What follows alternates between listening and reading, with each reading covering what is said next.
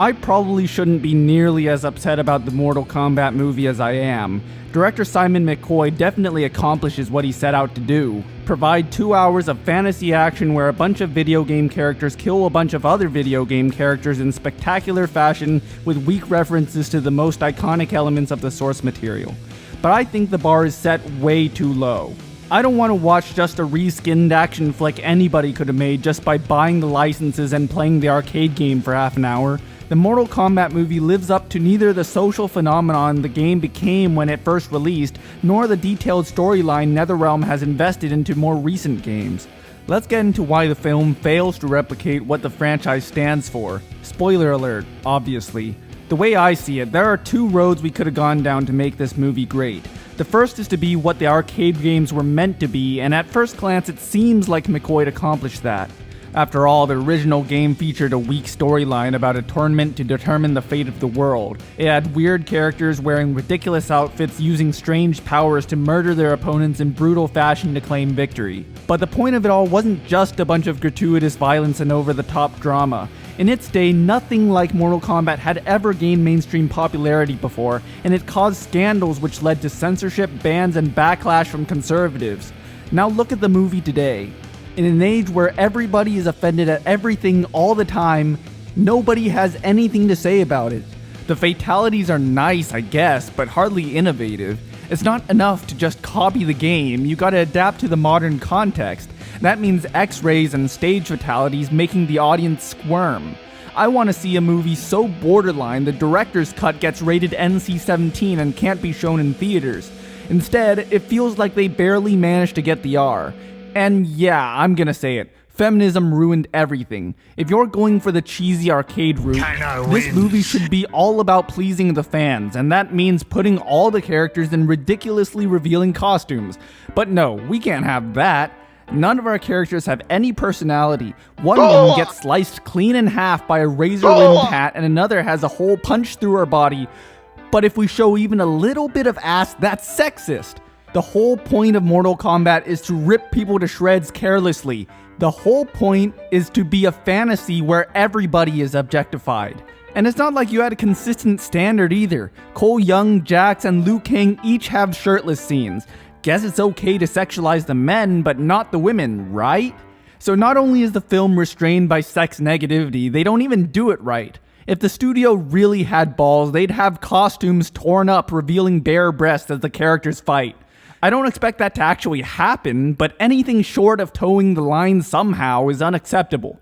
But okay, let's say you want to take things a bit more seriously. Scorpion and Sub-Zero are wearing their badass armor and shit.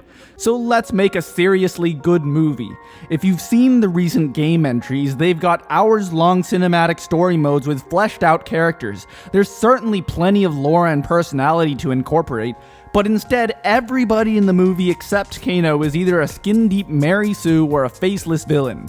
Everyone is either unfaithful to the source material or uninteresting, or both.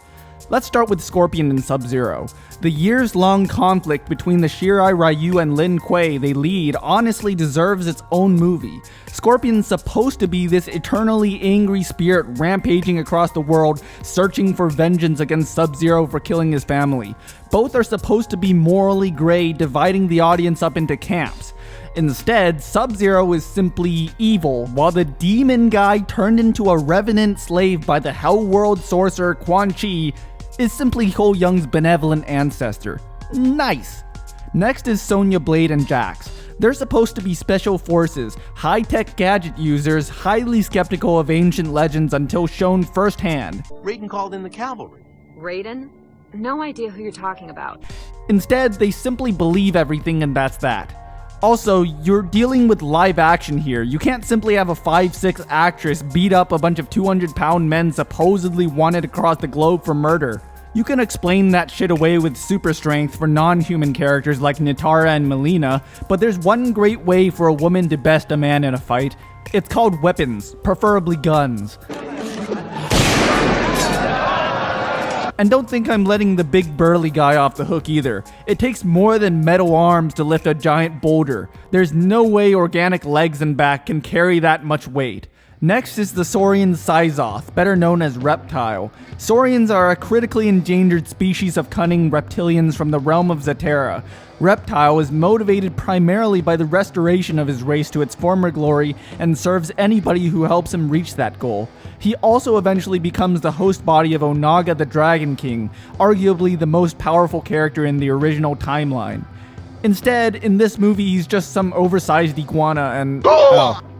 Saurians just went extinct now, I guess. Raiden's portrayal isn't that bad, except isn't he supposed to be a little bit more godlike? Dude's supposed to be 7 feet tall and intimidating. I will strip the flesh from your bones! But just look at the guy. Come on. Moving on, Kung Lao is the direct descendant of the great Kung Lao.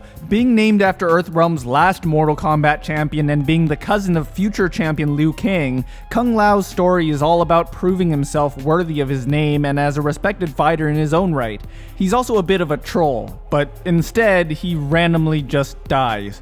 Speaking of randomly dying, I know General Raiko and Nitara aren't the most popular characters around, but seriously? Raiko's just some brute who swings around a hammer and Nitara does literally nothing before getting chopped in half by a hat. Like, holy fuck, is that really your idea of feminism? You won't dress her up in a bikini, but you can't even dignify her with any dialogue or action at all before unceremoniously killing her? This is the literal definition of objectification, and if you really didn't care anyway, I'd rather have a hot useless bitch than a not hot useless bitch. And I know you could have done it. The actress who plays her certainly wouldn't mind. Probably the most disrespected character is Prince Goro.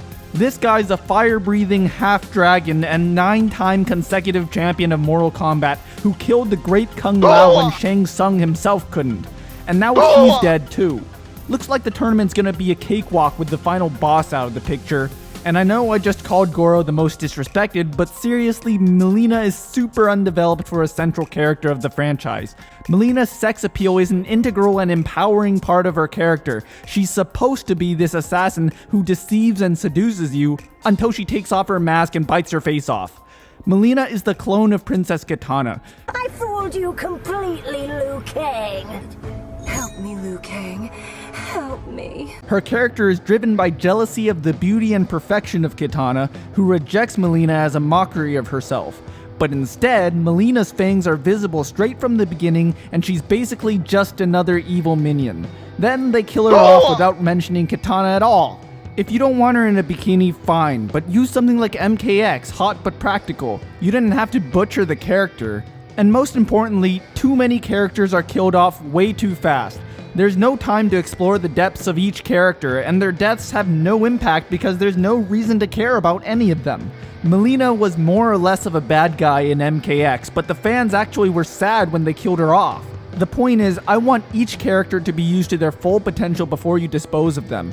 Now that's real feminism. You get to kill, let's say, 5 characters each movie. Hanzo, Bi-Han, Nitara, Raiko, and one more. Preferably Cole Young for being a boring-ass Mary Sue. The way to raise tensions is to make it so that anybody could die, not everybody.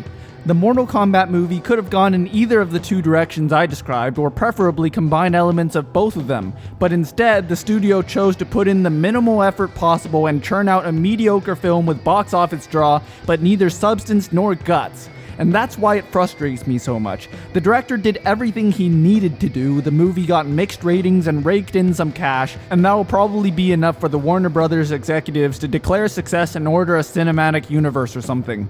I really would have preferred the film to be a dumpster fire bomb we could forget about quickly, rather than another lifeless, unchallenging video game adaptation which caves into the political correctness the source material threatened when it came out.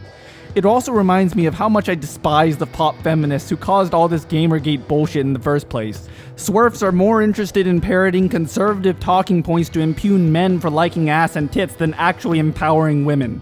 Most people won't have any problem enjoying this movie, but for me at least, the aftertaste makes me hate it more every time I think about it. I'm and I approve this message.